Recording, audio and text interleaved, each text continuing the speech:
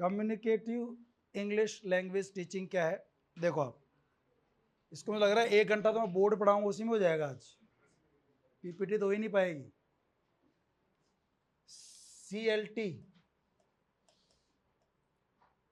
Notes खोल रखे हैं आप लोगों ने? हाँ, धन्यवाद। बंद कर दो उसको बेटा, राकेश तू बंद कर दो। हाँ, उल्टा ही कर दे उसको, उल्टा ही कर दे उसको। बंद कैसे करूं, किताब थोड़ी है। उल्टा कर दे बेटा, बंद नहीं होता। इधर फोकस करो, सब लोग ध्यान से देखो, पूरा समझ में आ जाएगा, क्योंकि ये टॉपिक सैकड़ों बार पढ़ाया जा चुका है। ये रीट में भी आता है, ये टॉपिक रीट में भी आता है, तो वहां तो कई बैच बनाने पड़ते हैं।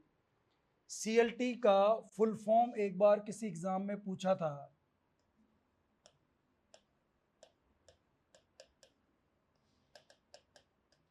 Communicative language teaching approach. CLT, communicative language teaching approach, CLT। और भी अलग अलग नाम दिए थे ऑप्शन में, आपको ध्यान रखना है। C मतलब कम्युनिकेटिव, L मतलब लैंग्वेज, T मतलब टीचिंग। लैंग्वेज पढ़ानी है कम्युनिकेशन के उद्देश्य से। बच्चे के अंदर कम्युनिकेटिव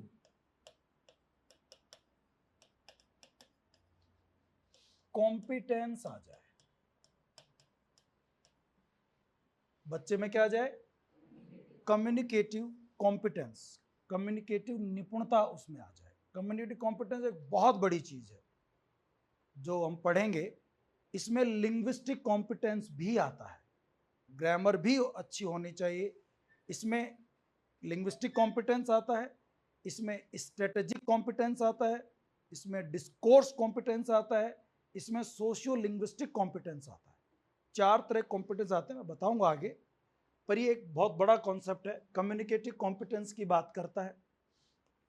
CLT सबसे लेटेस्ट अप्रोच है, सबसे नई अप्रोच है जो 1970 और उसके बाद डेवलप हुई। एक्चुअली 1965 में नॉम चॉम्स्की ने लिंग्विस्टिक कॉम्पिटेंस की बात की थी। 1965 में नॉम चॉम्स्की ने लिंग्विस्टिक कॉम्पिटेंस की बात की थी। वो कहता है कि बच्चों को आप ग्रामर सिखा दो। Grammar is the soul of language. Grammar के खूब सारे रूल्स, स्ट्रक्चर बता दो। उन लिमिटेड स्ट्रक्चर से 100 स्ट्रक्चर पढ़ा दिया आपने, उन 100 स्ट्रक्चर को जोड़ के ट्रांसफॉर्म करके अलग अलग तरीके से वो असंख्य सेंटेंस बना लेगा। With the help of finite numbers of structures, he can create infinite number of sentences. Linguistic competence उसमें स्ट्रक्चर, ग्रामर, वोकैब अच्छे सिखा दो, वो अपने आप सेंटेंस बना लेगा, अपना इंग्लिश लैंग्वेज वो क्रिएट कर लेगा। 1 साल बाद ही 1966 में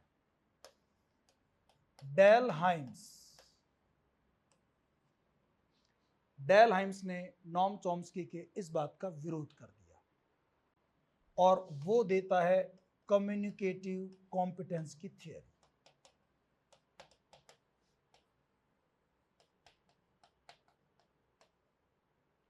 वो देता है कम्युनिकेटिव कॉम्पिटेंस की थियरी।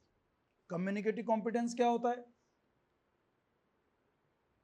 मतलब आपको बोलना आना चाहिए विदाउट एनी हेजिटेशन, फ्लुएंटली बोलना चाहिए, कोई ब्रेक डाउन नहीं आनी चाहिए आपके बोलने में।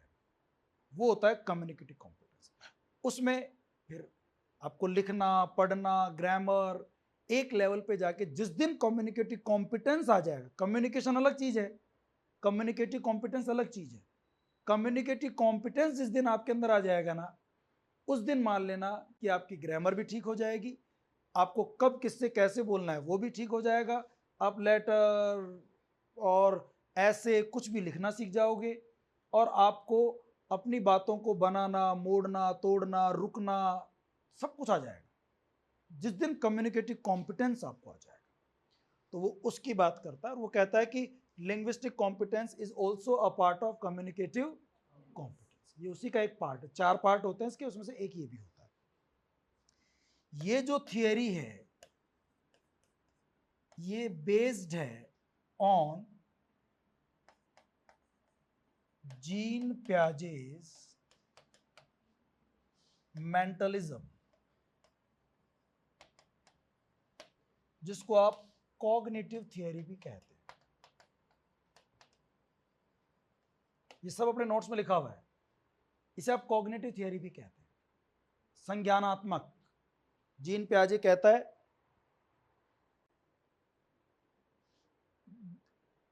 There is everything in mind, या there is nothing in the world which is not in the mind. दुनिया में ऐसा कुछ भी नहीं है जो आप देखते हैं, जो करते हैं, जानते हैं, जो अपने दिमाग में ना हो। सब कुछ है, बस केवल आपको एक मौका चाहिए। चांस की बात है, जब चांस मिलता है ना तो आपको सब कुछ आ जाता है। बात चांस की है, इसलिए तो अच्छे स्कूल्स में चांस देते हैं आपको, गाने का, घुड़सवारी का, तीरंदाजी का, स्विमिंग का। हमारे यहाँ गांव के बच्चों को चांस मिलते ही नहीं, तो वो इन चीज़ों में पहुंच ही नहीं पाते हो। जिसको जो चांस मिलता है उसमें जो जो दिखता है बस वही करता है वो। ये कह रहा है कि मौका दो। इंग्लिश कैसे बोलेगा साहब वो? आप उसको उस माहौल में छोड़ दो, बोलेगा, करेगा, कर लेगा। There is nothing in the world which is not in the mind. क्या एक छोटा बच्चा जो पैदा होता है, पैदा होते ही घंटे बाद, आधे घंटे बाद, 1.5 घंटे बाद उसे कोई सिखाता है क्या तो तेरे को भूख लगे तो रोना? कुछ को ट्रेनिंग देता है क्या? उसको आधा पौन घंटा हो गया, 1 घंटा तो लग रहा है को दूध ही नहीं पिला रहा। ये क्या नाटक है भाई? क्या करूं क्या करूं क्या करूं, रोता हूं। उसको वही आता है, वो रोता है, उसकी माँ समझ जाती है, वो उसको दूध पिला देती है। दूध पिलाना किसी ने सिखाया क्या उसको? उस छोटे बच्चे को जो भी 2 घंटे का है, क्या उसको सिखा सकते हो क्या आप? लेकिन दूध कैसे पीना है, कैसे सक करना है, वो अपने आप कर लेता है। Mentalism, cognitive theory. आपको भी जब इंग्लिश नहीं बोलनी आती, सेंटेंस भी नहीं है, कैसे बोलेंगे साहब? आप आमेर चले जाओ, कितने कम पढ़े लिखे लोग कितनी अच्छी इंग्लिश बोल रहे हैं। उन्होंने तो ग्रामर भी नहीं पढ़ी। जितने भी टूरिस्ट प्लेस में अंग्रेजी बोलते हैं लोग, एक एक आदमी 8-8, 10-10 लैंग्वेज बोल लेता है। क्यों? वो उस माहौल में रहा, उसने आज एक बोला, कल 2 वर्ड बोले, 10 बोले, धीरे धीरे वो पूरी लैंग्वेज डेवलप कर ली, जितना उसको आता है, जितना जरूरत पड़ती है उसको। ये कहता भी यही है। आप जब बोल रहे हो, बहुत ज़्यादा प्रोनाउंसिएशन ठीक हो जरूरी नहीं है, आपकी बहुत ज़्यादा ग्रामर ठीक हो जरूरी नहीं है। आप लोगों को केवल अपनी बात दूसरे को कहना आ जाए, आप क्या कह रहे हो उसका मीनिंग अगले को समझ में आ जाए, और वो क्या कह रहा है सुन करके मीनिंग आपको समझ में आ जाए। बस मीनिंग इज पैरामाउंट। सबसे बड़ी चीज है इसकी, सबसे प्रमुख चीज क्या है इसके अंदर? मीनिंग, मतलब समझ में आ जाए।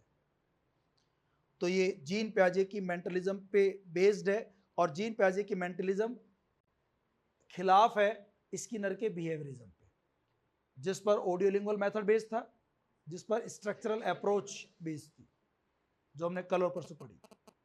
ये बेस्ड है जीन प्याजे की मेंटलिज्म पर, कॉग्निटिव थियरी पर। ये कहता है कि there is nothing in the world which is not in the mind. आप कर करके सीख जाओगे, learning by doing, trial and error. कोशिश करोगे, गलतियां होंगी, अपनी गलतियों से खुद ब खुद ही सीखते जाओगे, अपनी इंग्लिश को आप बिल्डअप कर लोगे। ये कहता है।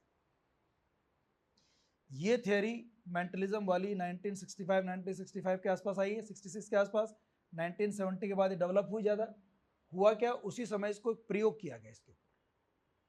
जो फार ईस्ट इंडिया है, फार ईस्ट कंट्रीज जैसे चाइना, जापान, चाइना और जापान, ये जो देश हैं ये अपनी ट्रेडिशन से बहुत लव करते हैं।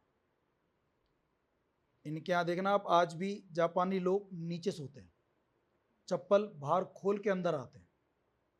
इनके पेरेंट्स को बहुत रेस्पेक्ट करते हैं जब ये आते हैं घूमने के लिए। मैं चूँकि आमेर से मैं देखता हूँ, और हमारे जो पीछे वाला होटल है वो इन ईस्ट कंट्रीज़ के लिए ज़्यादा चलता है। वो जापानी, चाइनीज़, कोरियन बहुत आते हैं। तो वहाँ जो काम करने वाले बताते हैं कि पूरा पूरा परिवार आता है, दादा दादी पापा मम्मी सब आते हैं। ये आज भी पूरी फैमिली को साथ लेके चलते हैं। जैसे गुजराती, बंगाली, साउथ इंडियंस, ये भी फैमिली को साथ लेके चलते हैं। हमारे यहाँ के लोग, एक बेटा ही बाप के साथ नहीं रह रहा है, और आने वाले की पहली शर्त क्या होती है, कहाँ रहोगे, गांव में या शहर में, जहाँ नौकरी कर रहे हो वहाँ रहोगे। अरे बावड़ी, नौकरी कहीं रहेंगे हम, तुझता करती है तो ठीक है, फिर ओके डन। लेकिन वो लोग आज भी परंपराओं क्या करते हैं, फॉलो करते हैं। आज भी वो अपनी लैंग्वेज से बहुत प्यार करते हैं। उन्होंने अपनी लैंग्वेज नहीं छोड़ी। भारत आज़ाद हुआ, अंग्रेज चले गए, अंग्रेजी गई क्या, हमने रखी। हमने कहा कि अंग्रेजी लाइब्रेरी लैंग्वेज के रूप में रखना है। जो बुक्स में जो साइंस, जो मैथ्स जो लिखी है, इकोनॉमिक्स कैसे पढ़ेंगे हम, क्योंकि हमारी टेक्नोलॉजी उस समय अच्छी नहीं थी। बट चाइना, जापान जैसे देश हैं, ये इकोनॉमिक रूप से, टेक्निकली दे वर डेवलप्ड, ये बहुत डेवलप्ड थे।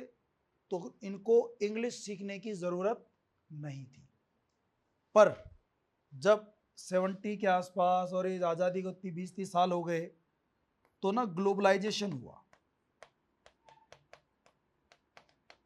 दुनिया में। इनके बिजनेस दुनिया में फैलने लगे। चाइना जापान के हार्डवेयर और टीवी और कंप्यूटर, मोबाइल, चाइना जापान का ही राज है। सोनी इन्हीं का है, उससे बढ़िया कोई ब्रांड नहीं है टीवी के अंदर, म्यूजिक के अंदर। गजब का है इनके एसीज, ओ जनरल, उससे बेस्ट कोई एसी नहीं आता, जापान बनाता है। मितुस्बी, डाइकिन, ये सब बनाते हैं। तो ये टेक्नोलॉजी में ऑलरेडी डेवलप्ड थे, इकोनॉमिक रूप से डेवलप्ड थे।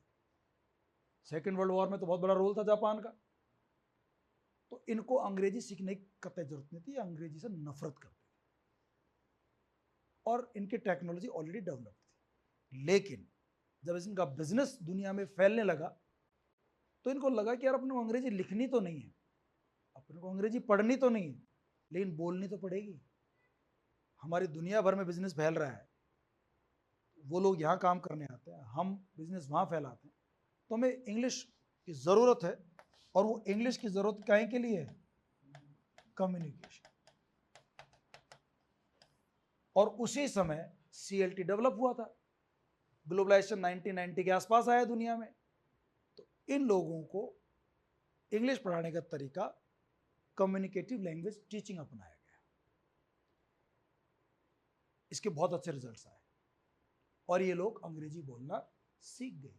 हालांकि इनकी ग्रामर, इनके स्ट्रक्चर्स, इनके प्रोनाउंसिएशन भले इतने अच्छे ना रहे हों, जो कमजोरी है इस मेथड की, लेकिन ये अपनी बात फ्लुएंटली बोल सकते हैं, अगले को अपनी बात समझा सकते हैं। और उसकी बात ये, मैं इसका एक प्रैक्टिकल एग्जांपल आपको थोड़ी देर बाद दूंगा। तो यहाँ ये चला, बढ़िया, अच्छा चला, डेवलप हुआ। तो क्वेश्चन 2-3 बार आ चुका है कि सबसे पहले किन देशों में, चाइना और जापान, डेवलप हुआ। डेल हाइम्स ने ये शब्द कोइंड किया, और भी एक सपोर्टर हैं इसके,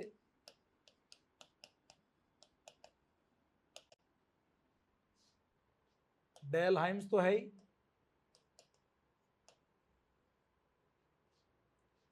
विल्किंस,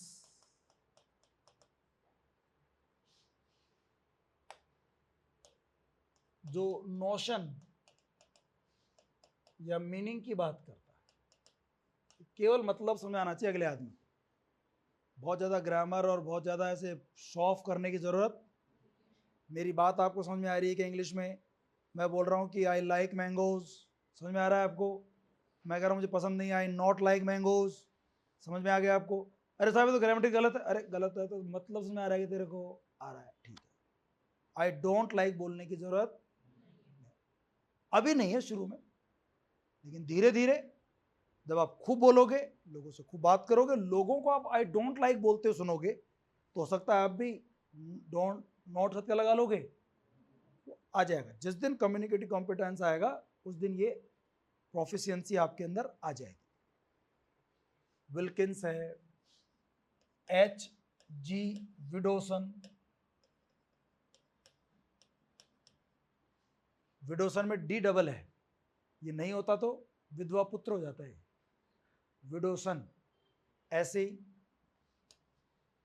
इसके अंदर मैक एम ए के अलग अलग है। हॉलीडे, हॉलीडे की स्पेलिंग में भी ओ की जगह क्या आ गया? अगर ओ आ जाता तो छुट्टी हो जाती, holiday.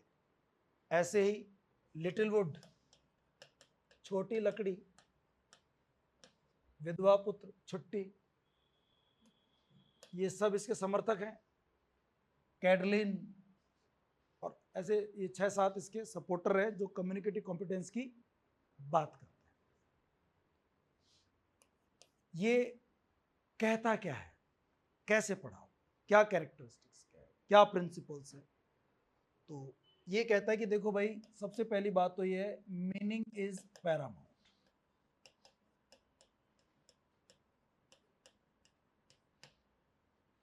Not grammar, not form, not structure. ये इंपॉर्टेंट नहीं है, इंपॉर्टेंट क्या है? आप क्या कह रहे हो, अगले को आपका मतलब समझ में आ जाए, अगला क्या कह रहा है आपको उसका मतलब समझ में आ जाए। भले ही आपकी ग्रामर, स्ट्रक्चर, फॉर्म सही ना हो शुरू में अवॉइड करते हैं, एरर्स को टॉलरेट करते हैं, मीनिंग जरूरी है। ये कहता है लर्निंग बाय डूइंग। आदमी कैसे सीखता है?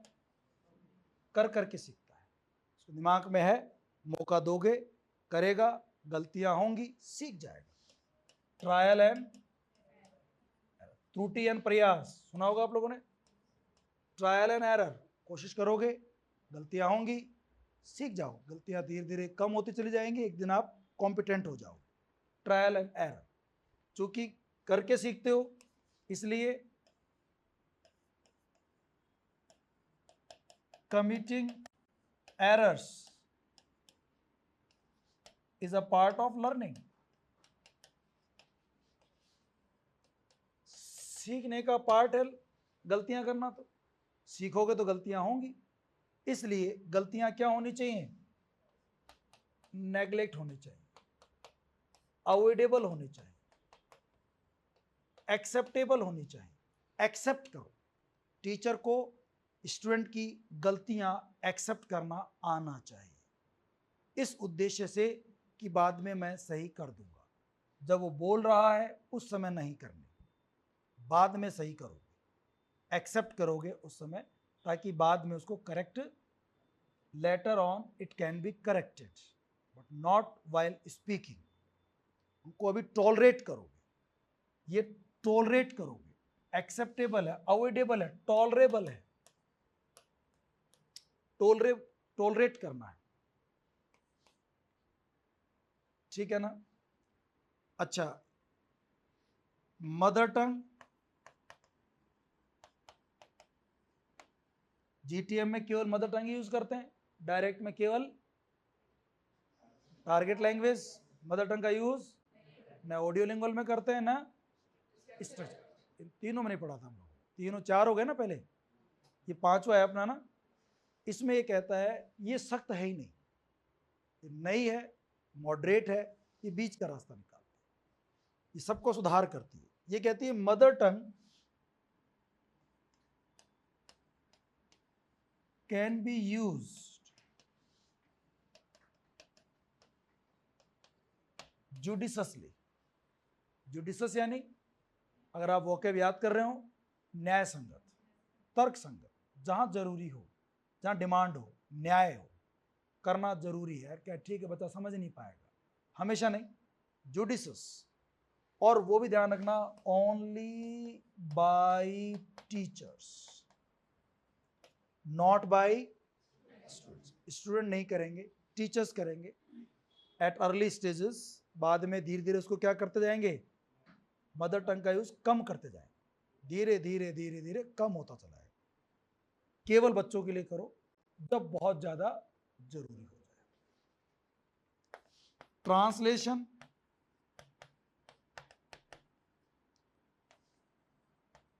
कैन बी यूज, ट्रांसलेशन को भी यूज किया जा सकता है। Translation can be use when it is required, when it is necessary. जब बहुत ज्यादा जरूरी हो जाए तो आप ट्रांसलेशन यूज कर सकते हैं। हिंदी से इंग्लिश, इंग्लिश से हिंदी बता सकते हैं, पर यह है कि बहुत जरूरी हो तो धीरे धीरे उसे कम करना पड़ेगा। ट्रांसलेशन का भी यूज कर सकते हैं बट कम करना है। मदर टंग, ग्रामर कैसे पढ़ाएंगे साहब? Grammar is taught डिडक्टिवली। ग्रामर कैसे पढ़ाई जाएगी? डिडक्टिवली। डिडक्टिवली मतलब फर्स्ट एग्जाम्पल देन रूल्स। पहले उदाहरण दोगे, फिर एग्जाम्पल्स दोगे, फिर पढ़ो। बच्चे के प्रोनाउंसिएशन कैसे होने चाहिए?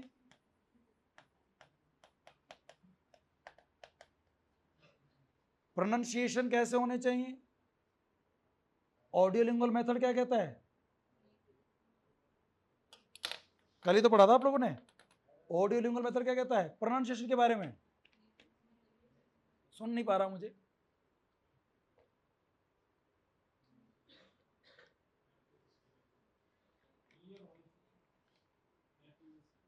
एक्यूरेट। क्या होने चाहिए? जैसे नेटिव स्पीकर बोलते हैं ना, बिल्कुल वैसे के वैसे, नो कंप्रोमाइज। कोई गलती की गुंजाइश होनी ही नहीं चाहिए। शुरू से ही ध्यान रखा जाएगा, अर्ली स्टेज से, पहले दिन से। लेकिन ये कह रहा है pronunciation should be comprehensible.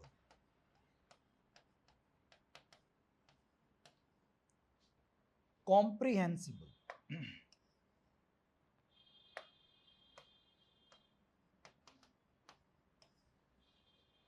Comprehensible मतलब समझ में आ जाए बस।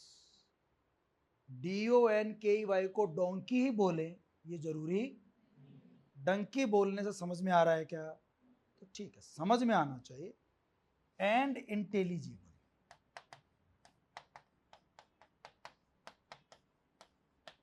और कैसे होने चाहिए? ठीक तो होने चाहिए। बिल्कुल ही गलत बोलोगे तो गलत है। जैसे WOULD को अगर आप वर्ल्ड बोलोगे, फिर आगे शुल्ड कुल्ड वर्ल्ड, तो भैया ये इंटेलिजिबल नहीं, ये स्वीकार तो नहीं करेंगे हम। लेकिन हाँ बट ठीक है, आपने उसको थोड़ा बहुत ऊपर नीचे चले तो चलेगा। WMEN को आपने वुमेन बोल दिया, ठीक है, समझ में आ रहा है। सोअर बोलोगे, विमेन बोलो, जरूरी नहीं है शुरू में। लेकिन जब आप इंग्लिश बोल लगोगे, लोगों में, इंग्लिश के लोगों में बातचीत करोगे, फिर आप देखा ये लोग तो विमेन बोल रहे हैं, अपन भी अब क्या बोलना शुरू कर देते हैं, अच्छे स्पीकर को बोलते सुनकर के आप चेंज करते रहोगे, धीरे धीरे सही हो जाओगे। बट शुरू में कॉम्प्रिहेंसिबल और इंटेलिजिबल, स्ट्रक्चरल अप्रोच और ऑडियोलिंगुअल मेथड तो ज़्यादा खतरनाक था। उनकी तरह आपको हार्ड नहीं होना है, रिजिड नहीं होना है, फ्लेक्सिबल रहना है। तो प्रोनाउंसिएशन कॉम्प्रिहेंसिबल हो। ग्रामर पढ़ाई जाती है, लेकिन कैसे पढ़ाई जाती है? डिडक्टिवली, पहले एग्जाम्पल्स, उसके बाद में रूल्स। इंडक्टिवली, इंडक्टिवली लिखा है, क्या लिख दिया मैंने? ग्रामर कैसे पढ़ाई जाती है? इंडक्टिवली पढ़ाई जाती है, मतलब पहले एग्जाम्पल्स देने, फिर बाद में रूल्स देने। ट्रांसलेशन कैसी होगी? कर सकते हो जब कभी, when it is necessary, when it is required. Mother tongue judiciously use हो सकता है, जब जरूरत हो, न्याय संगत, केवल टीचर करेगा। Committing error is a part of learning, गलतियां करना क्या है, लर्निंग का पार्ट है, so it is avoidable, it is tolerable. Okay, आगे बात करते हैं, इसमें लर्नर का रोल क्या रहेगा। लर्नर्स रोल,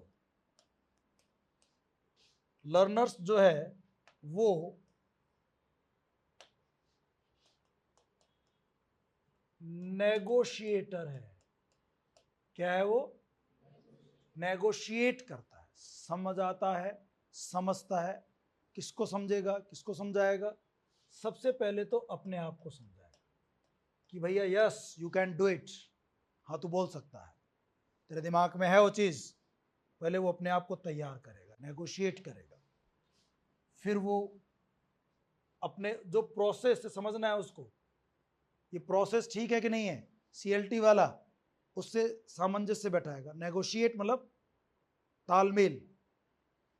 उसके बाद जो ग्रुप है उसका, क्लास, उसके साथी, स्टूडेंट्स, जिससे उसको बात करनी है, उनको नेगोशिएट करेगा। और कुल मिलाकर के जो लर्नर होगा, लर्नर सेंटर्ड अप्रोच है। कैसी अप्रोच है, लर्नर सेंटर मतलब बाल केंद्रित है, विद्यार्थी पर केंद्रित है, खूब सारी एक्टिव, सारा खेल इसको करना है, सारा काम ही स्टूडेंट को करना है, ये उसी के ही दिमाग पर बेस्ड है, उसके दिमाग पर ही बेस्ड है, सब कुछ उसको ही करना है। टीचर केवल क्या है, टीचर इज अ फैसिलिटेटर, सुविधा देने वाला है, केवल स्पीकिंग कम्युनिकेशन प्रोसेस को स्टार्ट करने वाला है, ये फैसिलिटेटर है, ये गाइड है, ये हेल्पर है, ये बाद में सुपरवाइजर बन जाता है, ऑब्जर्वर बन जाता है, ये क्लास का मैनेजर बन जाता है, मैनेज करता है बस, काम तो सारे कर्मचारी करते रहते हैं, मैनेजर काम नहीं करता, वो केवल देखता है कौन कैसे काम कर रहा है, कोई भटक तो नहीं रहा, सही रास्ते पे चल रहे हैं नहीं, कहीं मैंने टॉपिक कुछ और दिया बात करने के लिए, काम कुछ और कर रहे हैं। ये टीचिंग मटेरियल कैसे होगा, पढ़ाएंगे किससे, तो ये कहते हैं कि भाई इसमें एक तो टेक्स्ट बेस्ड सिलेबस होगा, टेक्स्ट होगा, एक किताब तो कोई पढ़ाएंगे इसके अंदर, इसके अलावा task based, task based syllabus होगा, कोई ना कोई टास्क आप बच्चों को दोगे और वो टास्क वो पूरा करेगा, कैसे करेगा साहब, सब कर लेगा। आपने देखा अच्छे इंग्लिश मीडियम स्कूल्स चैप्टर भी पढ़ाते हैं और बच्चों को खूब सारे प्रोजेक्ट देते हैं, ये प्रोजेक्ट करके लाओ, ये प्रोजेक्ट, और उनके पेरेंट्स कई बार तो प्रोजेक्ट को पूरा करने में लगे रहते हैं, बच्चे की जगह पेरेंट्स लगे रहते हैं, ये प्रोजेक्ट दे दिया, ये फाइल करनी है, ये फूल पत्तियां इकट्ठी करनी है, ये पक्षियों के नाम लिखने हैं, ये रिसर्च करना है, कंप्यूटर पे गूगल पे माँ बाप ही लगे रहते हैं, कोई ऑफिस से ला रहा है शीट, कोई कहाँ से ला रहा है, कोई क्या इकट्ठे कर रहा है, काट काट के चिपका रही है माँ उनकी फाइल बना रही है। इतने सारे प्रोजेक्ट क्यों दिए जाते हैं, कर करके वो सीखेगा, आता तो है नहीं, जब माहौल में जाएगा, घुसेगा, रिसर्च करेगा, खुद सीख जाएगा, टास्क बेस्ड। और इसके अलावा इनको रेलिया का यूज करवाते हैं, इसका यूज करवाते हैं रेलिया, रेलिया क्या होता है, real objects,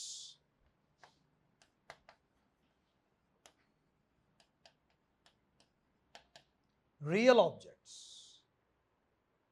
teaching material, audio visual ads, tape recorder, poster, chart, कोई ऑब्जेक्ट ले आए, जो बताना है वो दिखा दिया, खूब सारे टीचिंग मटेरियल एड्स यूज करने हैं, क्योंकि ये तो नई विधि है, तो अब तो सब कुछ आ गया, कंप्यूटर है, सब कुछ है, प्रोजेक्टर्स है, उनका यूज करो, ऑडियो लिंगुअल में आ चुका, वो तो इसके बाद की है, तो खूब सारे रियलिया, रियलिया मतलब रियल ऑब्जेक्ट्स, वो दिखाओ। Teaching aids, posters, models, charts, maps, इन सब चीजों का यूज करना है। टीचर कैसे पढ़ाएगा? Through discussion. बच्चों को क्या कराओगे आप? पहले तो टीचर खुद करेगा डिस्कस, थोड़ा शुरुआत कर देगा, फिर बच्चों से बोलेगा करो भाई डिस्कशन। डिस्कशन होगा, डिबेट होगा, ड्रामा होगा, डायलॉग्स होंगे, इन सब चीजों का यूज किया जाएगा। अब जब बच्चा डायलॉग करेगा, आपस में बातचीत करेगा, डिस्कशन करेगा, ड्रामा में डायलॉग्स बातचीत होती हैं, जब वो सब कुछ करेगा तो आपको नहीं लगता कि उसको इंग्लिश बोलना आ ही जाएगा? खुद दो शब्द खुद जानता होगा, दो सामने वाला जानता होगा। आज जब बात करेगा तो 4 शब्द लेके जाएगा, कल जब बात करने आएगा तो 4 शब्द होंगे उसके पास। दूसरे से बात करेगा 2 उससे ले लेगा, वो उससे 4 ले लेगा। ऐसी चीजें क्या होती जाएंगी? बढ़ती चली जाएगी और वो सीखता चला जाएगा। इस तरह सीखेगा। इनका इवैल्यूएशन कैसे कराओगे? टेस्ट कैसे लोगे? टेस्ट में ये बच्चों से डिस्कशन कराना, डिबेट कराना, चेक हो जाएगा, ठीक है ना। तो ये होता है सीएलटी। इसका रिजल्ट क्या रहा कि बच्चा इंग्लिश बोलने में फ्लुएंट हो गया।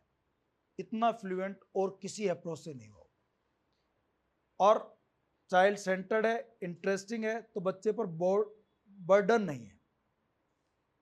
उसको कुछ रूल्स याद नहीं करवाए जा रहे, कोई स्ट्रक्चर नहीं बताए जा रहे, उसको केवल डिस्कशन करा रहा है। खूब सारी एक्टिविटीज होती है, खूब सारी एक्टिविटीज।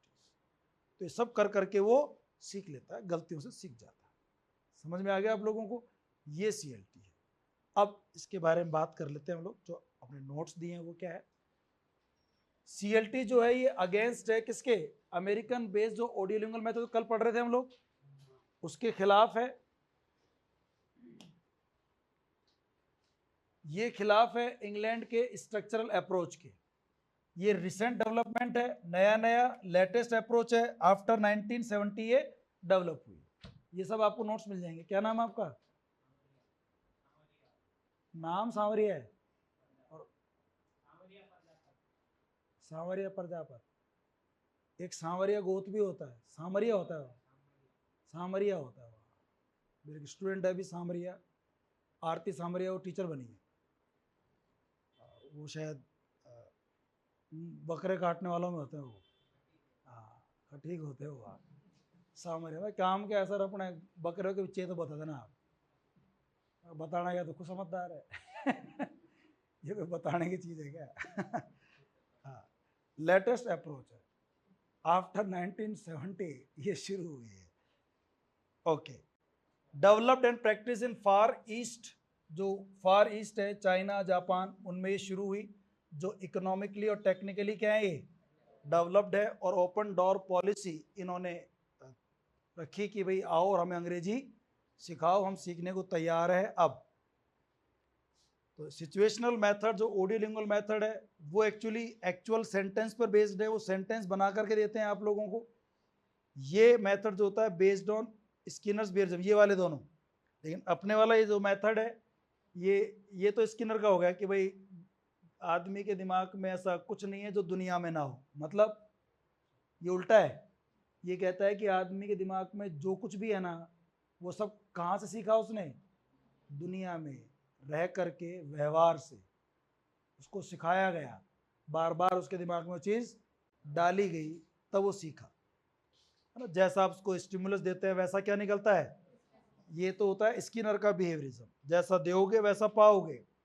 लेकिन सीएलटी किस पर बेस्ड है? कॉग्निटिव। ये खिलाफ है किसके? स्किनर के बिहेवियरिज्म। कॉग्निटिव थियरी जिसको आप मेंटलिज्म भी कहते हैं, ये किसने दी है? जीन पियाजे ने दी है।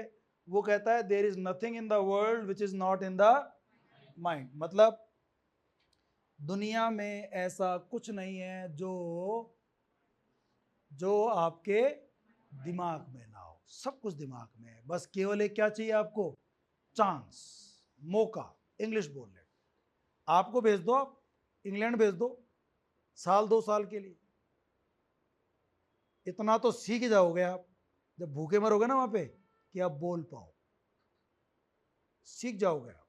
कहां से समझ आता ही नहीं, अरे सब सीख जाओगे। ये आवश्यकता है ना, ये सब सिखा दी। बोलना पड़ेगा, उसके बिना भोजन नहीं मिल रहा तो पहले इशारों में बात करोगे, गिव, हाँ यस गिव गिव गिव, अगला बोल देगा गिव तो आपको, फिर आप बार बार गिव बोलोगे, गिव बोलने से आपको मिल जाएगा चीज, काम चल रहा है बढ़िया। तो बोलेगा थैंक यू, थैंक यू बोलना सीख जाओगे। माहौल में रह के कुछ ना कुछ तो सीख ही जाओगे, इतना सीख जाओगे काम चला लो। तो it means student can learn, बच्चा सीख सकता है, speak with the help of his mind, अपने माइंड के हेल्प से बोलना सीख सकता है। If is given a chance, उसे क्या दिया जाए, और एक एनवायरमेंट दिया जाए, सीख जाएगा। इसको कोइंड किसने किया दोस्तों, डेल हाइम्स ने। सपोर्टर कौन है इसके, विधवा पुत्र है, डेल हाइम्स है, डॉक्टर विल्किंस हैं जो बात करता है नोशन की। इसके अलावा छुट्टी पे गया हुआ मैक है, कैडलिन, केथ जॉनसन में कोमा लगा रखा है गलती से, उसको हटा देना।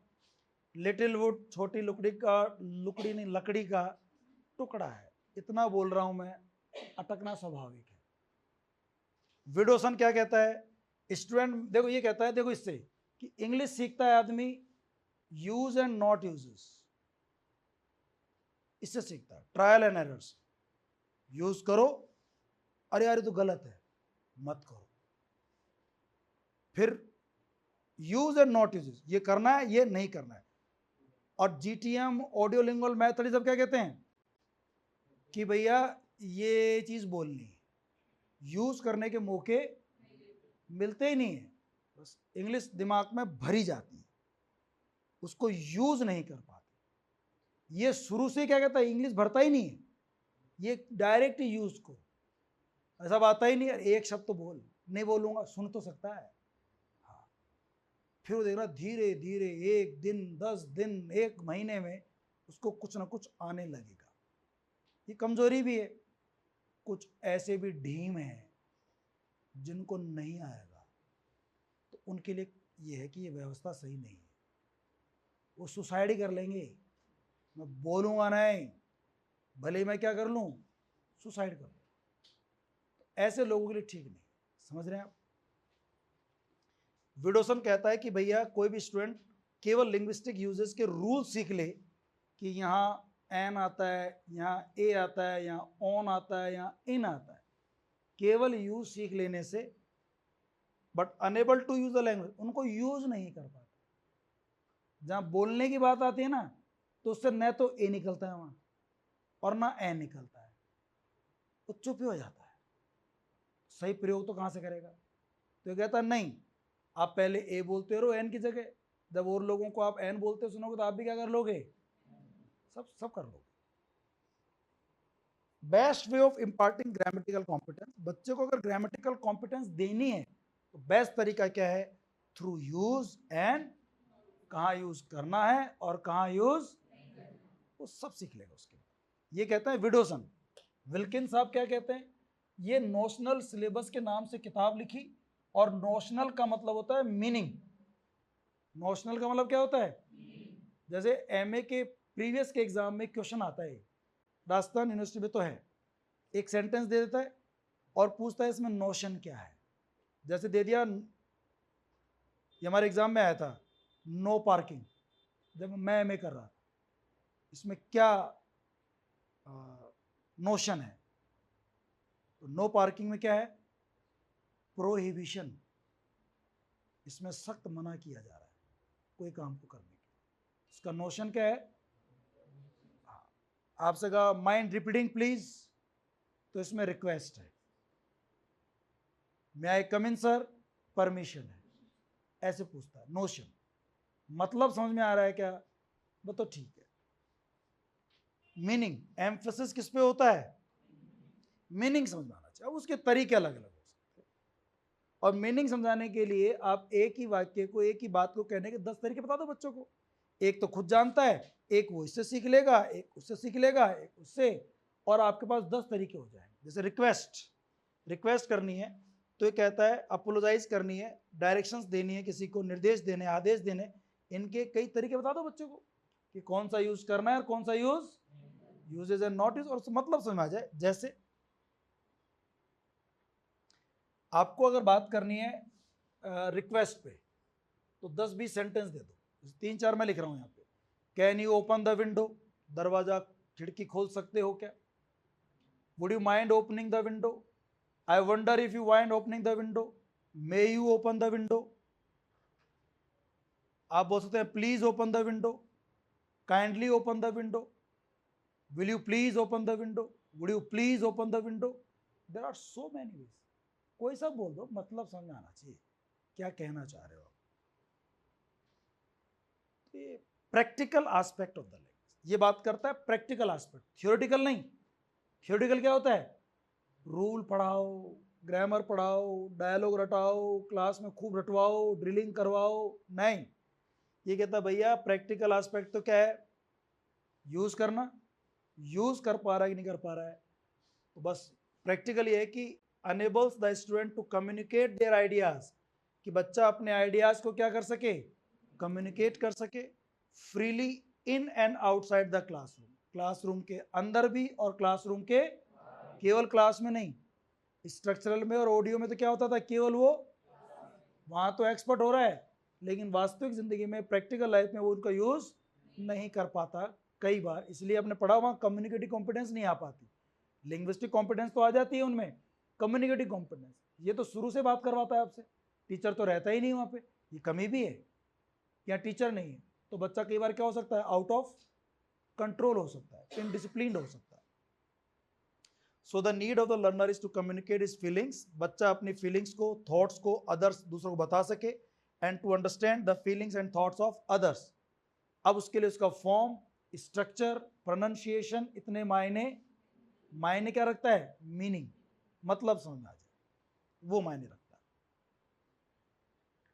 ये एक्चुअली जो नई तरीका है, और ये फोकस करता है एक्यूरेसी से नहीं, बल्कि एक्यूरेसी से फोकस हट गया, अब किस पे आ गया? अरे छोड़ो एक्यूरेसी को भाई, बिल्कुल शुद्ध होनी चाहिए, चक्कर में बच्चा बर्बाद हो रहा है। और दूसरे देश के लोगों को शुद्धता क्यों चाहिए? उनकी तो भाषा ही नहीं है वो, उनको तो केवल कम्युनिकेशन करना है, काम चलना चाहिए भाई, बोल दे बिना रुके, बिना अटके, फ्लुएंसी आनी चाहिए। तो एक्यूरेसी की बजाय क्या आनी चाहिए? फ्लुएंसी। स्ट्रक्चरल कॉम्पिटेंस की बजाय क्या आना चाहिए? स्ट्रक्चरल कॉम्पिटेंस स्ट्रक्चर में परफेक्ट हो, नहीं कम्युनिकेशन में परफेक्ट हो। और ठीक है, ये चीज में होनी चाहिए। बेसिक टीनेट्स क्या है? फोकस किस पे है? Not form. रूप क्या है? सेंटेंस, सब्जेक्ट है, वर्ब है, ऑब्जेक्ट है, इस पे छोड़ो, मतलब समझ में आ रहा है क्या? मीनिंग समझ में आ रहा है क्या? Learner learns the target language as a mother tongue, और लर्नर टारगेट लैंग्वेज को कैसे सीखता है? अरे मदर टंग के लिए भी क्या उसको स्कूल भेजा गया था क्या? क्या टीचर लगाया गया था क्या? वो तो खुद ही सीख गया ना घर बैठा बैठा, ऐसे वो टारगेट लैंग्वेज सीख जाएगा। तो मदर टंग की तरह ट्रीट करो उसको, नेचुरल एनवायरनमेंट दो, उसको मौका दो, चांस दो, एनवायरनमेंट दो। It focuses learning by doing, कर करके सीखो। इस चक्कर में committing error is the natural part of learning process. तो इट इज, वही बातें आ रही है क्या? समझ में आ गया ना पॉइंट आपको? अब तो पॉइंट है लिखे हुए। एरर्स टॉलरेटेड होती है एट द इनिशियल स्टेज, शुरू में टीचर आपकी गलतियों क्या करेगा? टॉलरेट करेगा, लेकिन डेवलपमेंट ऑफ द को एज अ नेचुरल आउटकम, लेकिन errors are tolerated only to be corrected later, लेकिन बाद में क्या किया जाएगा? उनको करेक्ट किया जाएगा। The teacher must know, teacher को पता होना चाहिए, टीचर में ये पेशेंस नहीं होता, गलती करते टोक देता है वो, उसको पता होना चाहिए बेटर टू टॉलरेट एरर्स, कि कई बार गलतियां टॉलरेट करना भी क्या होता है? सही होता है, बच्चे के भले के लिए होता है। अटेम्प्ट टू एक्सप्रेस देमसेल्फ, ताकि वो अपने आप क्या कर सकें? आप देखते होंगे अपनी क्लास में, आप में से कई लोग तो जवाब किस लिए नहीं देते हैं?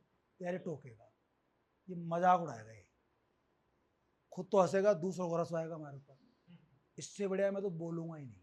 सबसे भली चुप, नो विजडम लाइक, ये तो मेरे मुंह खोलने से पहले हंसने लग जाएगा, इससे क्या फायदा। इससे बच्चा क्या होता है, हताश होता है, उसका मन करता है मैं कूद जाऊं, मर जाऊं, मार दूं या कुछ क्या कर दूं। और आप तो फिर भी समझदार हो। वो जो 10, 12, 15 साल का बच्चा है, फर्नेस है, उसके अंदर भट्टी जल रही है भाई साहब, वो कुछ भी कर गुजर सकता है। वो ट्रेन अगर पास में ट्रेन से कूद जाएगा, वो को 2, 4, 5 गुंडे बुला के ला सकता है मास्टर को पीटने के लिए। हाँ करते हैं 10, 12 बच्चे, ये खूब होता है। इसलिए उनको टोको ही मत, तो गलत कर रहा है भैया, खूब करता रहा, बाद में संभालेगा तो संभालने वाला। जब तो बड़ा समझदार हो फिर हमारे पास आते हो आप, फिर आपके जीवन के सारे माहौल ठंडे हो चुके होते हैं, इतनी बेइज्जतियाँ हो चुकी थी, भाई कर ले तो हमारे तो किस्मत ही बेकार है हमारे साथ। तो करे बेइज्जती का हमारी, इसमें क्या है, जो फेल हो चुके हैं पहले कई बार जिंदगी में, तो अब हम तो क्या तेरी बात का बुरा माने। सही बात है, तो कुंभ के मेले में जिसकी बेइज्जती हो जाए, उसकी छोटी मोटी बेइज्जती से क्या डर लगता है उसको। तो टॉलरेट करो आप लोगों, लेकिन टॉलरेट करना है, टॉलरेट करना पड़ेगा, क्योंकि वो तो टॉलरेट नहीं करेगा, यकीन मानो आप। जो आने वाली पीढ़ी है वो तो कतई टॉलरेट नहीं करने वाली। तो एरर्स टॉलरेट किए जाते हैं। प्रोनाउंसिएशन कैसे होने चाहिए, कॉम्प्रिहेंशन, मतलब अरे भैया तू बोल क्या रहा है, ये तो समझ में आए। वो भी समझ में नहीं आया तो दिक्कत है, वो कुछ झूठ पटाएंगे बोल रहा है, वो डिस्कशन बोल रहा है। व्हाट इज डिस्कशन, अरे भैया डिस्कशन। ऐसी गलती कर रहा है तो बात अलग है, अगर कॉम्प्रिहेंसिबल है तो ठीक है। इंटेलिजिबल होनी चाहिए, एक्यूरेसी जरूरी, जो कहां जरूरी थी, ओडिलिंगुअल, यहां जरूरी नहीं। ग्रामर को यूज कर सकते हैं क्या, हाँ कभी कभार समझाना पड़ जाए कर दो, एडवांस लर्नर्स के लिए, नॉट फॉर बिगिनर्स। ग्रामर कभी कभार जरूरत पड़े तो जो बड़े बच्चा, शुरू में छोटे बच्चों को मत सिखाओ, उसको तो मे आई कम इन सर बोलना सिखा दो। मे के पीछे ग्रामर बताने लग जाओगे उसको आप, तो वो चक्कर खा गिर जाएगा कि भैया मे मॉडल है, और ये मॉडल जो है मे, ये फॉर्मल परमिशन के लिए यूज होता है, और ये सेंटेंस इंट्रोगेटिव है जिसमें मे हेल्पिंग वर्ब है जो पहले आई है सब्जेक्ट से, inversion of subject and verb, last में इंट्रोगेटिव साइन है। आप भी किसको पढ़ा रहे हो, LKG के बच्चे, वो आपको सुनेगा ही नहीं, who the hell you are talking to, तो बात किससे कर रहा है पहले बता भाई। आप गलत आदमी से बात कर रहे हो, चीजें उसको क्यों समझा रहे हो, नहीं उसको अभी जरूरत ही नहीं। जब कभी बड़ा होगा और देखा अरे मे भी बोलते हैं कैन भी बोलते हैं, वो खुद ही पूछ लेगा सर क्या चक्कर है, मे कब आता है कैन कब, तब बता दो उसको, अब जरूरत है, अब वो सीख भी लेगा। मदर टंग का यूज खूब दबा के करोगे, या जब जब न्याय संगत है, डिमांड है समय की, तब करोगे। ट्रांसलेशन व्हेन इट इज, जहां जरूरी हो वहीं, जब जरूरी हो तभी, नॉट नेसेसरी। चारों स्किल्स यूज होते हैं क्या, एक स्टेज पे जाके होते हैं। जो टास्क वास्क देता है ना, वो टेक्स्ट भी पढ़ाता है तो रीडिंग हो जाती है, टास्क तो लिख के लाना पड़ेगा आपको, ऐसे लिख लाओ, ये इस पे लिख लाओ, चित्र दे देगा, इस पे रिपोर्ट लिख के लाओ, इस पे आर्टिकल लिख के लाओ, तो करवा लेता हूँ, इसमें भी करवा लेता। हालांकि लिसनिंग और स्पीकिंग ही ज़्यादा होता है, ये कमजोरी है। और इसकी अच्छी बात भी क्या है कि लिसनिंग स्पीकिंग अच्छी हो जाती है, फ्लुएंसी बहुत अच्छी हो जाती है, बिना झिझक के बोलना शुरू कर देते। टास्क बेस्ड सिलेबस है। टास्क बेस्ड सिलेबस क्या होता है, use a language in order to learn it. आप लैंग्वेज को यूज करो काहे के लिए, सीखने के लिए। It is based on functional approach, किस पे होता है ये, काम में ले। First give a task of writing और speaking, the learner will automatically learn. अगर आप किसी को लिखने का, आप किसी को पढ़ने का टारगेट देते तो अपने आप ही सीख जाता है। काफी इतना आज के लिए, काफी तो नहीं है, पर अब पढ़ सकते हो 10-15 मिनट और, लड़के हैं ठीक है। ये इसकी अप्रोच है प्रैक्टिकल यूज के लिए। प्रैक्टिकल मतलब काम में लेना है, सिचुएशनल, मीनिंगफुल और सेल्फ। सिचुएशनल है, सिचुएशन के हिसाब से बोल सकते हो। Freedom on the part of the speakers essential is a rational of communicative approach. Speaker को पूरी फ्रीडम होती है और वो जरूरी है, वो रैशनल है, बहुत जरूरी है और रैशनल है। अगर आप बच्चे को फ्री छोड़ दोगे तो उसकी कम्युनिकेटिव अप्रोच अपने आप उसको प्राप्त हो जाएगी। उसको फ्री छोड़ना पड़ेगा, जैसे मर्जी है बोल, गलत सलत पर तू बोल।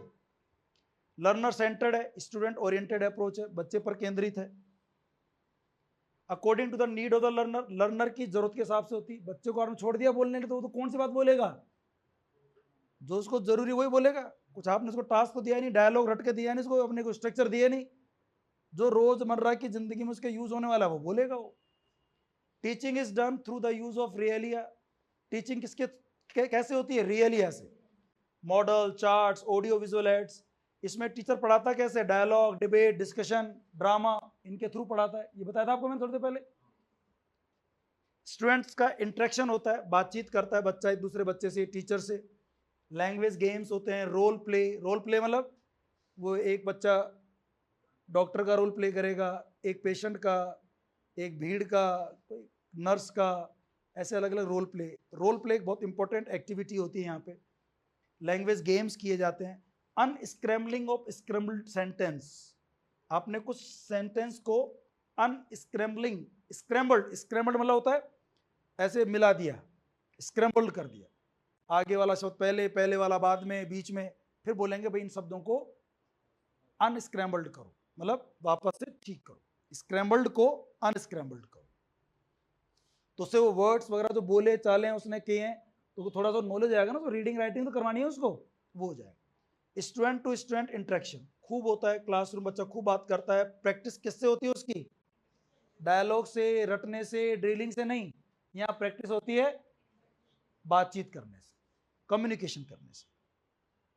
ऑथेंटिक लैंग्वेज यूज होती है जहां जहां जरूरत पड़े, जो रियल लाइफ में हो, फर्जी नहीं, लिटरेरी वाली नहीं। ऑथेंटिक क्या होता है, एवरीडे स्पीच यूज होती है, should be introduce. Learners talk about personal experience with peers. जो उसके साथी होते हैं उनसे पर्सनल एक्सपीरियंस की बात करता हो। तुम कैसे हो, कहाँ रहते हो, क्या खाया आज, तुम्हारे फेवरेट फ्रूट कौन से हैं, फेवरेट हीरोइन कौन सी है, हीरो कौन सा है।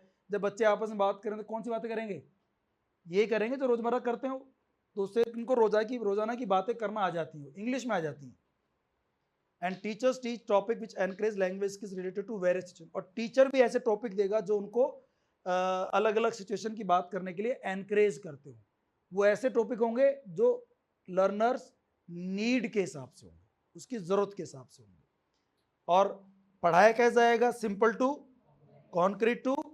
टीचर टॉपिक देगा आपको डिस्कशन का, लेकिन वो सरल देगा, छोटे बच्चों को दे देगा। आइसक्रीम पे बोलो, चॉकलेट पे बोलो, पापा अच्छे लगते हैं, मम्मी अच्छी लगती है। ऐसे नहीं कि भारत का जो है अमेरिका समझौता और परमाणु उसके बारे में 5 पॉइंटर बताइए, वो बता पाएगा क्या वो।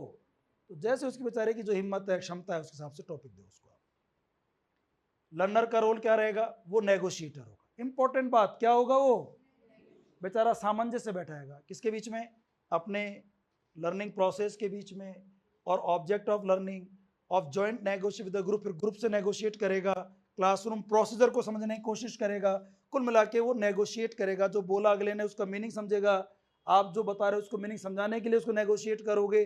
कुल मिला के आपका काम क्या रहता है, समझने और समझाने का रहता है। मीनिंग समझना और मीनिंग समझाना, प्रोसेस समझना, ग्रुप समझना, अपने आप को समझना, ये काम रहता है।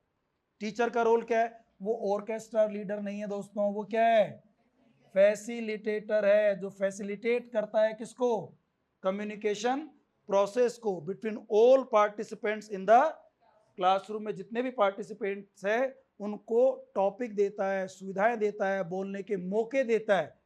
वो खतरनाक टीचर नहीं है, मास्टर सर्वेंट नहीं है, वो दोस्त की तरह है, वो गाइड की तरह है, वो हेल्पर की तरह है। वो बच्चों को बल्कि क्या करता है, किसी न किसी तरीके से बोलने के लिए मोटिवेट करता है, उनको रीइंफोर्समेंट देता है, पुनर्बलन देता है, उनको मोटिवेशन देता है। वो कभी कभी इंडिपेंडेंट पार्टिसिपेंट बन जाता है, मतलब आपको बोल देगा बात करते रहो, खुद अलग हो जाएगा और आपको ऑब्जर्व करेगा कि कौन कैसे क्या बात कर रहा है। कभी कभी वो को कम्युनिकेटर बन जाएगा, आपसे खुद भी बात करने लग जाएगा। एक ग्रुप में कला है, उनसे बात कर ली, दूसरे ग्रुप में जाके बात कर ली, क्या बात कर रहे हो, क्या हुआ क्या नहीं ना, ऐसे को कम्युनिकेटर बन जाता है। और वो प्रमोट करता है कम्युनिकेशन को, फैसिलिटेटर है ना वो, अलग अलग एक्टिविटी करवाएगा, कभी डिस्कशन, कभी ड्रामा, कभी डिबेट, कभी गेम खिलवाएगा, कभी स्क्रैम्बल्ड वर्ड, अनस्क्रैम्बल्ड, है ना, रोल प्ले करवाएगा आपसे, अलग अलग एक्टिविटी करवाएगा ताकि आपको मैक्सिमम बोलने के, इंटरेक्शन करने के, कम्युनिकेशन के मौके मिले आप लोगों को। Communicative activities include functional communication activities. ये क्या करता है आपको? फंक्शनल कम्युनिकेशन एक्टिविटी करवाता है।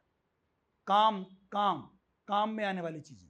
सोशल इंटरेक्शन करवाएगा, बड़ों से कैसे बात करोगे, छोटों से कैसे बात करोगे, ठीक है ना, किस मौके, दुख के मौके पे कैसे बात करोगे, अच्छे मौके पे कैसे बात करोगे। आपको खूब सारे लैंग्वेज मटेरियल देगा, टेक्स्ट भी देगा, टेक्स्ट बेस्ड होता है ना इसके अंदर, आपको टेक्स्ट भी देगा। नीड एनालिसिस, आपकी जरूरत को एनालिसिस करेगा कि बच्चे को जरूरत क्या है, बच्चे की जरूरत के हिसाब से पढ़ाया जाएगा। डायलॉग तो कौन से थे जो टीचर को लगते हैं कि ये डायलॉग इंपॉर्टेंट हो सकते हैं, बच्चे काम आएंगे कि नहीं आएंगे कोई मतलब नहीं। ऐसे ऐसे डायलॉग भी सिखाए जाते हैं, जैसे टेलर्स शॉप। अरे भैया टेलर शॉप जाता कौन है आजकल? जमाने हो गए लोगों को टेलर की दुकान पे गए, कौन सिलवाता है टेलर का? पैंट शर्ट सिलवाते हो जाकर के? मुझे लग रहा है सिलवाते सिलाते दिखते हैं अभी तक भी यहाँ। बाकी आप जनरली देखो 80% लोग नहीं सिलवाते हैं कपड़े, तो रेडीमेड लेकर आते हैं। उसका डायलॉग उसका तो ये सिखा, मॉल में जाए तो कैसे बात करें, जरूरत वो है हमारी आज की। Determine the language needs of the learner, learner की नीड क्या है उसके हिसाब से आपका कोर्स डिजाइन किया जाता है। वो एक रिसर्चर का रोल प्ले करता है, लर्नर का रोल प्ले करता है, रिसर्च करता है क्या जरूरत है, फिर खुद भी सीखता है, काउंसलिंग करता है आपको, ग्रुप प्रोसेस मैनेजर होता है, और लास्ट में क्या बन जाता है आपका? तो ये भी इसका एक होता है, क्वेश्चन भी है इनके ऊपर। वो फैसिलिटेटर का काम करता है जो एक्टिविटी शुरू करवाता है, but during the activities he works as a supervisor. और फिर जब एक्टिविटी करते रहते हो, पहले शुरू करवा देता है, एक्टिविटी शुरू हो गई, फिर आपको बाहर से क्या करता है, वो इंडिपेंडेंट रह के सुपरवाइज करता है। ये सारे काम किसके होते हैं? टीचर के। इंस्ट्रक्शन मटेरियल, टीचिंग मटेरियल क्या होता है इसके अंदर? इसमें देखो 3 तरह के होते हैं, रिचार्ड्स एंड रोजर्स। ये जो मेरे नोट्स है ना, ये भी इसी किताब से है, अधिकतर नोट्स इस बुक से है, रिचार्ड्स एंड रोजर्स से। कुछ नॉर्मन फ्रीमैन है उससे है, और बाकी आपको जो एग्जाम में आए क्वेश्चंस हैं वो लाइन तो उसमें है ही। रिचार्ड्स और रोजर्स क्या कहता है कि 3 प्रकार के मटेरियल काम में आते हैं पढ़ाने में सीएलटी के अंदर। एक तो टेक्स्ट बेस्ड, टेक्स्ट देखता है, मैंने लिखाया था आपको टेक्स्ट, दूसरा टास्क, और तीसरा रियलिया, मतलब रियल ऑब्जेक्ट्स, रियल चीजें। टेस्टिंग कैसे करेंगे? टीचर टेस्ट कैसे लेगा, सीएलटी में टेस्ट कैसे लेगा? तो क्या करेगा, वो आपसे परफॉर्मेंस करवाएगा रोल दे करके। एक रोल दे देगा, डॉक्टर का रोल, बोलो, बोल पाए तो ठीक है, कम्युनिकेशन ठीक है, नहीं बोल पाए तो fail. An integrative test with real communicative purpose use. एक इंटीग्रेटिव टेस्ट होगा, मतलब किसी भी टॉपिक पे बोलने को दे दिया तो उसका अच्छा बुरा, शुरुआत आखिरी, सब कुछ आ गया ना उसमें, पूरा बोलने में तो सब कुछ आ गया, ग्रामर, नॉलेज, रुकना, ग्रामर, स्ट्रक्चर, शुरुआत, सब आ जाता है। तो वो कम्युनिकेशन के टेस्ट देगा, इंटरेक्शन के टेस्ट देगा, इंटरव्यू करेगा आपका। स्टूडेंट की एक्यूरेसी को इवेल्युएट किया जाता है कि वो सही बोल रहा है कि नहीं बोल रहा। स्टूडेंट की फ्लुएंसी को भी क्या किया जाता है? एक्यूरेसी मतलब लिंग्विस्टिक कॉम्पिटेंस, फ्लुएंसी मतलब भाई आप बिना रुके, बिना ब्रेक डाउन के बोल सकते हो। इसके बाद नया टॉपिक शुरू हो रहा है, इसी में हेडिंग है, वो कैरेक्टर तो वो सेम है, वही छोटी है। एप्रोप्रिएटनेस, उपयुक्त जो बोलने का वही बोलेगा। फोकस ऑन मैसेज, फोकस किस पे होता है? साइको लिंग्विस्टिक प्रोसेसिंग है, साइको के साथ सही है कि नहीं? है साइकोलॉजी कहती है लर्नर सेंटर्ड होना चाहिए, इंटरेक्शन होना चाहिए, बच्चों को मोटिवेट करना चाहिए, ये तो कहती है psychology. Risk taking, risk taking यानी रिस्क टेकिंग है कि नहीं है? आप जब आपको सिखाया ही नहीं गया, रटवाया ही नहीं गया, फिर आप बोलोगे तो आप तो रिस्क ले रहे हो, गलत भी तो हो सकता है। हमारे स्टूडेंट कई जवाब क्यों नहीं देते हैं? अरे भाया खतरो छे, बेइज्जती होगी तो, गलत होगा तो मत बोल बेटा। जब नहीं बोलेगा तो फिर बोल ही नहीं पाएगा। ये रिस्क टेकिंग है। ट्रायल एंड एरर, ट्राई करोगे, एरर होंगी, और एरर से ही सीखोगे। फ्री प्रैक्टिस, बच्चे को फ्री छोड़ा जाता नहीं जाता, पहले पढ़ा था हमने, आजा तू तेरे हिसाब से बोल, तेरी जरूरत के हिसाब से बोल, गलत सलत बोल, शुरू कर लेकिन बोलना। और ये जो पॉइंट थे सारे, वो ये मीनिंग पैरामाउंट है, डायलॉग को मेमोराइज नहीं करवाया जाता, कॉन्टेक्सुअलाइजेशन होता है कि नहीं होता है? कॉन्टेक्स्ट के थ्रू पढ़ाया जाता है। पहले कॉन्टेक्स्ट बनाया जाता है, सिचुएशन दी जाती है आपको बना करके, भाई इस टॉपिक बोलो, ऐसे बोलो, ये डिस्कशन करो, ये रोल प्ले करो। कम्युनिकेट किया जाता है, इफेक्टिव कम्युनिकेशन जरूरी होता है। प्रोनाउंसिएशन कैसे होने चाहिए, ये रिपीट हो रहा है वही बातें, कैसा होना चाहिए, कॉम्प्रिहेंसिबल होना चाहिए। कोई भी डिवाइस जो बच्चों की हेल्प कर सकती है, उनकी एज इंटरेस्ट के हिसाब से वो यूज़ करनी चाहिए। Judicious use of native language, काम के वर्ड है, पहले भी आ चुके हैं। नेटिव लैंग्वेज यूज कैसे करोगे आप, judicious. Through trial and error सीखोगे। फ्लुएंसी एंड एक्सेप्टेबल लैंग्वेज, कैसी लैंग्वेज होनी चाहिए, फ्लुएंसी, रुकना नहीं चाहिए, और एक्सेप्टेबल हो, बहुत एक्यूरेट हो, जरूरी एक टाइम पे वो आ जाएगी। इसके बाद कम्युनिटी कॉम्पिटेंस का टॉपिक है क्या, बस वो कल पढ़ेंगे। कल मैं क्वेश्चन आंसर कर लेना जितने कर क्लास, शायद कर लाओगे क्वेश्चन आंसर आप, है ना। और जो बच्चे नोट्स पढ़ लेना, कल पढ़ा करके क्वेश्चन आंसर लगे हाथ ही कर लेंगे कल हम लोग। ठीक है, थैंक यू। कल करेंगे इस टॉपिक को ना, बच गया थोड़ा सा।